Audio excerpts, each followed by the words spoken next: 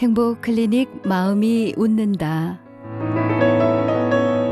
하나님을 믿고 복음을 알고 있지만 기쁨이 없고 어두운 밤을 보내는 사람들이 많습니다. 벗어나고 싶고 행복해지고 싶은 마음은 우리 모두의 소망인데요. 이 시간 행복 클리닉 마음이 웃는다를 통해 여러분 마음을 미소 짓게 해드리고 싶습니다.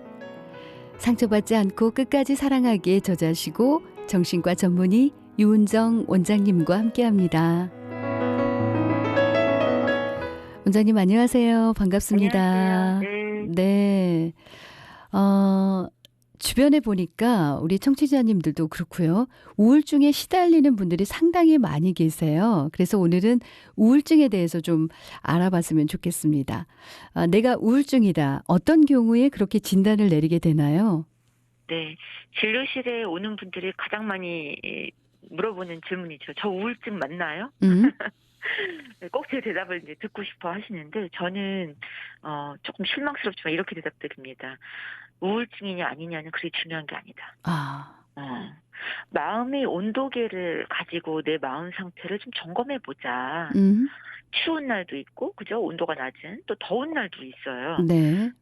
기분이 좋은 날도 있고 나쁜 날도 있는데 물론 이제 병적으로 몸과 마음이 너무 지쳐서 의욕이 떨어지고 또 과거와 같이 내 행동들을 생활들을 다 영위할 수 없고 또 뭘 해도 즐겁지가 않고 한다면 우리가 우울증이 된다라고 볼 수 있겠죠. 네. 그럼 보통 이제 우울하면 몸까지도 힘들어지고 몸과 마음이 한꺼번에 아프게 되는 것 같은데 이 우울증의 원인은 어디에 있습니까? 네. 우리가 흔히 우울증이 오면 "너 의지가 약해. 믿음이 부족해." 이렇게 탓하기 쉬운데요. 사실 우울증은 정신질환이 아니라 전신질환이다. 아. 네. 꼭 정신이 약해서만 오는 게 아니라 신체 증상을 동반하고 생활 리듬이 깨어지는 어떤 뇌의 문제가 반드시 같이 있습니다. 네. 저는 "몸과 마음이 지쳐서 탈진된 상태다." 이렇게 쉽게 얘기를 하는데요. 성경에서는 엘리야를 기억하실 거예요. 음. 로뎀나무 밑에서 죽기를 구하며 누워 자기만 했죠. 네. 그 우울증이 진단 기준에 해당되는 모든 증상을 다 갖고 있죠. 어떤 의욕도 없고 네. 그쵸? 먹지도 못하고 우울증에서 가장 나중에 좋아지는 증상이 바로 무기력증이에요. 예. 의욕. 엘리야도 보면 천사의 도움을 받아서 생활 리듬을 되찾고 음. 힘을 얻어서 음식의 힘을 얻어서 인생의 목적을 찾아가죠. 하나님의 산 호렙에 이르게 되는데요. 바로 그의 사명이 호렙산에 가서 하나님의 말씀을 듣는 것. 그것이 그의 사명이었던 거죠. 네.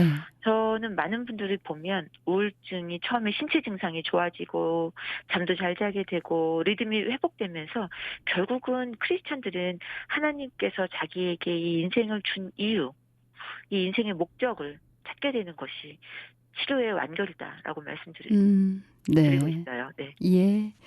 근데 우울증 하면은요.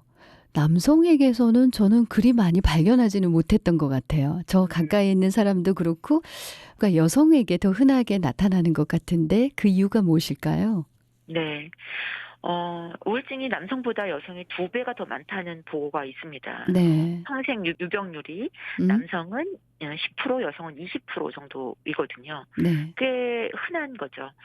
사실 남자분들은 어디 가서 "나 우울하다. 나 좀 힘들어." 이런 하소연을 우리나라 남자들 잘 못해요. 음. 대신 술로 푸는 알코올 중독이 우울증의 많은 원인이고 아. 또 우울증이 있는 분들이 아무래도 술을 찾거나 쾌락을 찾거나 외도를 하거나 이런 해소법들이 뭐 건전하지 못하게 찾게 되는 거죠. 네. 여성은 세로토닌이라는 행복 호르몬이 부족해서도 그렇고 음. 여성 호르몬의 농도가 뭐 가임 여성들은 한 달 동안도 춤추듯이 왔다 갔다 하고 또 출산 후 폐경 전후로 호르몬이 급격하게 저하되면서 감정 기복의 원인이 되는 거죠. 예.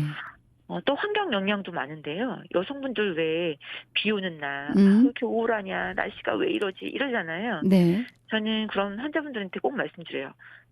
비 와서 우울하다가 아니라 '세상이 너무 깨끗하게 씻기는구나. 미세먼지도 다 없어지는구나. 빗소리가 너무 시원하고 좋다.' 네. 왜냐면 여성분들은 참 날씨에 민감한데요. 네. 그것이 바로 계절성 우울증이라는 게 있어요. 음.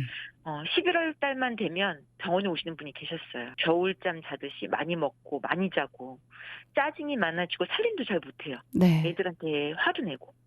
그럴 때에는 반드시 계절성 우울증을 의심해 음.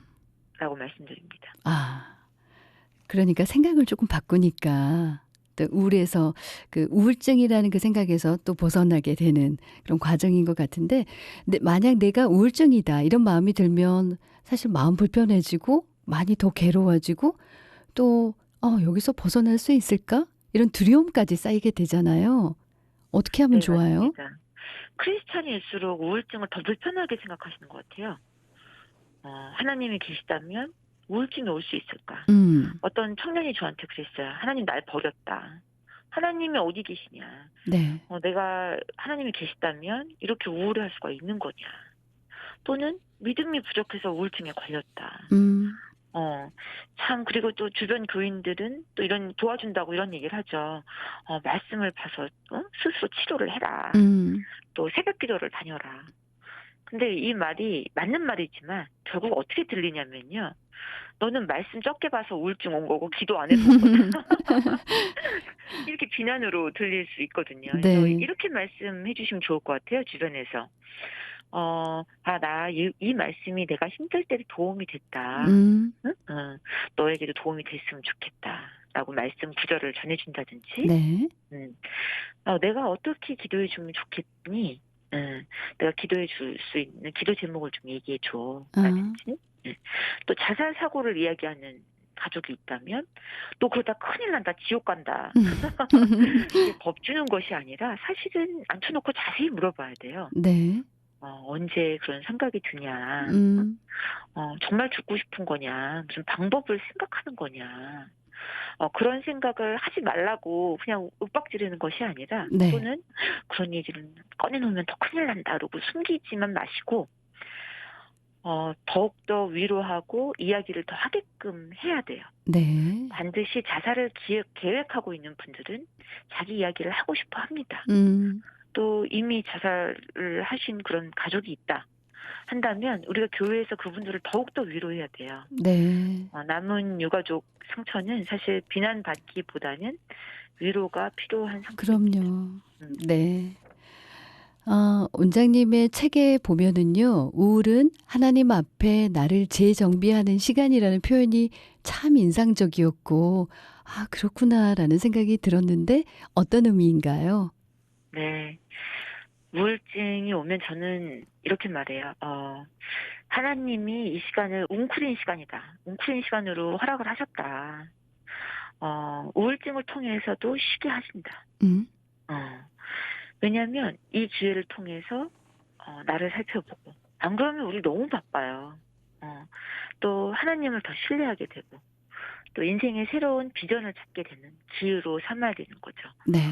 우울하고 힘들 때 우리가 가장 먼저 하는 행동이 사실 하나님하고 거래하려고 그래요. 음. 어, 내가 이렇게 힘든데 하나님 이거 해주세요, 저거 해주세요. 네? 누구 혼내주세요.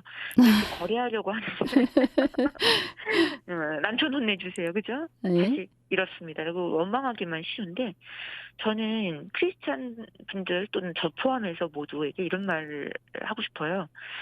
피조물인 인간이 무엇이기에 하나님 앞에서 늘 덕만 벌려두나. 음. 이거 해달라, 저거 해달라. 사실 하나님 앞에서 자신을, 특히 성품을 가다듬는 시간이 온 거다. 정말 우울증으로 성품이 다듬어지는 분들이 많이 있습니다. 네. 예전에는 못 느꼈지만 가장 훈련되는 것이 바로 인내심. 음. 음.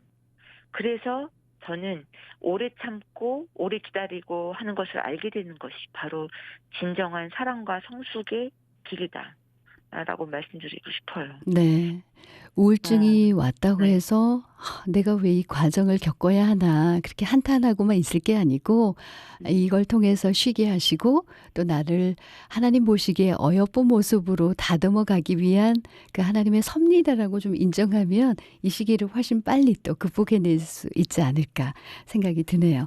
마지막으로 정리 한 말씀 해 주시겠습니까? 네, 맞습니다.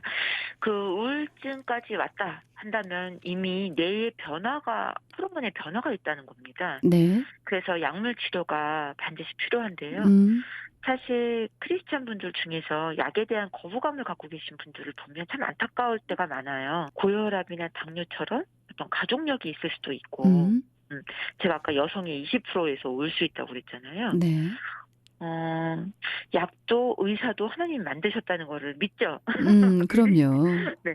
근데 막상 또 약을 먹어야 된다는 거는 알고 계시지만 내가 약을 먹거나 우리 자녀가 먹는다는 거에 대해서는 굉장히 거부감을 갖고 계세요. 네. 믿음으로 뭐 해결하겠다.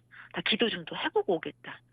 물론 우울이라는 것이 없으면 가장 좋겠지만 음. 몸과 마음이 지쳤다는 어떤 신체의 사인이거든요. 네. 네. 그래서 너무 그 약에 대한 거부감을 갖지 마시고 이 우울증을 극복하고 나면 또 어떤 분들은 남을 위로하는 위로자의 길을 시작하는 음. 분들도 계세요. 맞아요. 가장 좋은 상담가는 상처 입은 치료자다. 아하. 라는 네. 말씀을 드리고 싶습니다. 아 네. 예. 가장 좋은 상담가는 상처 입은 치료자다. 네. 감사합니다. 오늘도 우울증에 대한 도움 말씀을 들었는데 아마 우울감에 쌓여 있는 분들에게 위로의 말씀이 되지 않았을까 싶네요. 우리 이 시간 상처받지 않고 끝까지 사랑하기의 저자이신 유은정 원장님과 함께한 시간이었습니다. 고맙습니다. 고맙습니다.